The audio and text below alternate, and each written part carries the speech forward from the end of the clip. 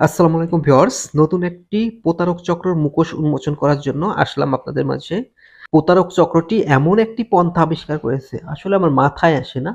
প্রতারক চক্ররা কিভাবে এইসব পন্থা আবিষ্কার করে? ওদের মাথায় এইসব বুদ্ধি কিভাবে আসে?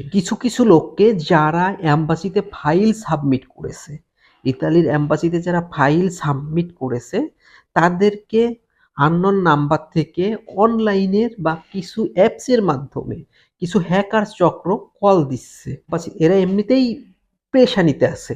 ফাইল সাবমিট করে কবে ভিসা পাবে কিনা, রিজেক্ট খাবে কিনা, বিভিন্ন ধরনের প্রবলেমে এরা আছে। তারপর আবার নতুন প্রতারক চক্র এসে হাজির হয়েছে। কিছু অ্যাপসের মাধ্যমে, থার্ড পার্টি অ্যাপসের মাধ্যমে এরা কল দিচ্ছে। যেসব কলে শুধু আপনি কল আসবে, কিন্তু আপনি এদেরকে কল দিয়ে আর পরে খুঁজে পাবেন না। এরা কি বলতেছে? এরা বলতেছে এরা অ্যাম্বাসির লোক। এরা অ্যাম্বাসির লোক। আপনি এদের সাথে যোগাযোগ করতে পারেন, বা তারা আপনাকে বিভিন্ন রকম লোক দেখাচ্ছে যে আমরা অ্যাম্বাসির ভিতরের লোক। আমরা দেখতে পাচ্ছি আপনার ফাইলগুলো অনেকদিন ধরে জমা পড়ে আছে। যেমন আমাকে কল দিয়েছে, আরো অনেককেই কল দিয়েছে, দিয়ে বলতেছে, যেমন আমার কথাই বলি, আমাকে কল দিয়ে বলতেছে, আমি অ্যাম্বাসির লোক, আমি অ্যাম্বাসি থেকে কল দিয়েছি, আপনার ফাইলটি অনেকদিন ধরে আমাদের অ্যাম্বাসিতে জমা পড়ে আছে, কোনো কাজের অগ্রগতি হচ্ছে না, এভাবে থাকলে আপনি আরো অনেকদিন আপনার অপেক্ষা করতে পারে।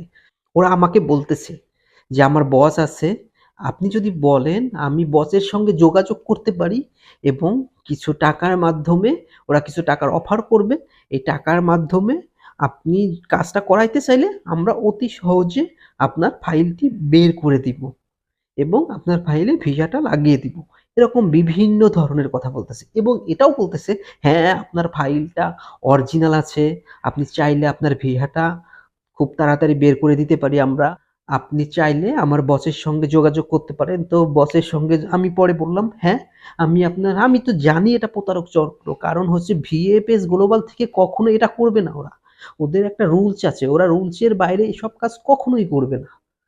কিন্তু আমি ওদের কথার ভাবেই বুঝতে পেরেছি এরা প্রতারক চক্র। তো ওদেরকে একটু বাজানোর জন্য আমি বললাম, হ্যাঁ আমার তো ফাইলটা অনেকদিন ধরে পড়ে আছে, তো আমি এখন যদি তাড়াতাড়ি বের করা যায় তাহলে তো আমার জন্য ভালো। তো আপনারা কি করে আমার ফাইলটা বের করে দিবেন? তখন ওরা বলল, হ্যাঁ তাহলে আপনি আমার বসকে যদি এখনই কন্ট্যাক্ট করতে চান বসের সাথে, তো আপনি কনফার্ম হওয়ার জন্য কিছু টাকা দিয়ে আমার বসকে আপনি কনফার্ম করতে পারেন। আমি বললাম, কেমন অ্যামাউন্টের টাকা? বলল, আপনি যা দিতে পারেন, ৫,০০০, ১০,০০০ আপনি বিকাশের মাধ্যমে দিলেন। আমি ওইটা বসকে দিলাম। বস আপনার ফাইলটা নিয়ে কাজ শুরু করল।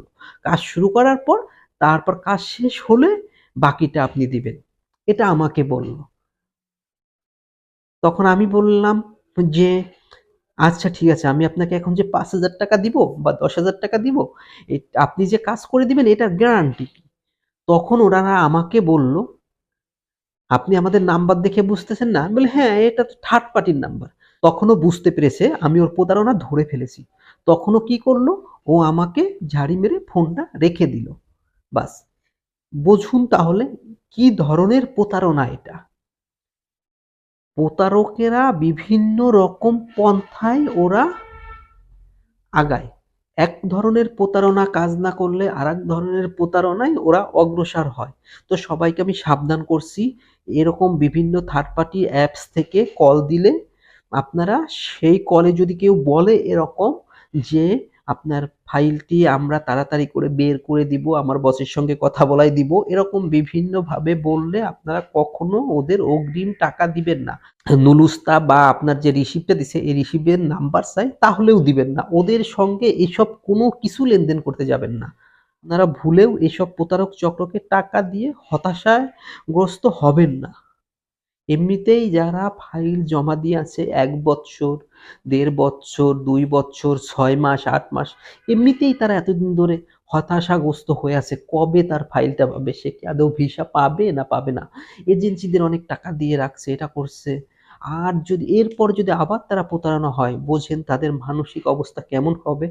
আর এই প্রতারক চক্ররা এমন একটি পন্থা আবিষ্কার করেছে, এরা কিভাবে খুঁজে পায় বা কিভাবে জানে যে বাইরে যাওয়ার জন্য আছে, বা উম ওকে এভাবে কল দিলে কাজে লাগতে পারে।